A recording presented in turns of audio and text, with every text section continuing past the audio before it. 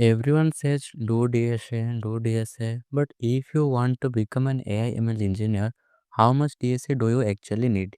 Do you need to master LeetCode hard? Do you need to solve 500 plus problems? Or is that all just hype? Let's break it down honestly. AI ML is not the same as software engineering, so the DSA expectations are very different. By the end of this video, you will know the exact amount of DSA you need, beginner or intermediate or advanced, based on your AI ML career path. Here is a simple truth. You don't need the entire DSA syllabus.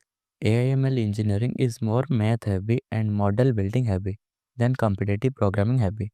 So no, you don't need to become a DSA good, but do need the right parts of DSA.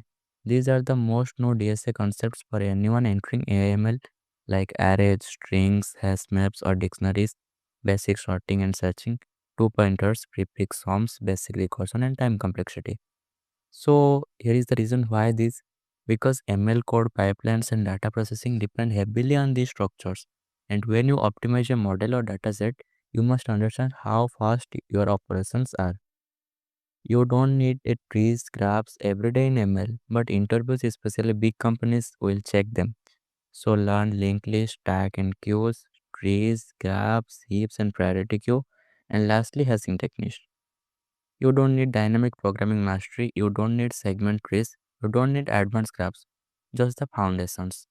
Now, when do you need advanced DSA? Only if you want to work in FANG, you want to crack tough coding rounds, you want to become an ML software engineer, not just an ML researcher. Advanced includes repeat, tries, backtracking, advanced graphs, sliding window, bit manipulation. But remember, these help with interviews, not with building ML models. Instead of spending 1 hour only doing DSA, AML engineers should focus more on maths, Python, ML algorithms, deep learning, ML loops, data processing, feature engineering, and project plus research papers. These matter way more than solving lead code hard. So here is the cheat sheet. But nobody in AI/ML needs 500 problems.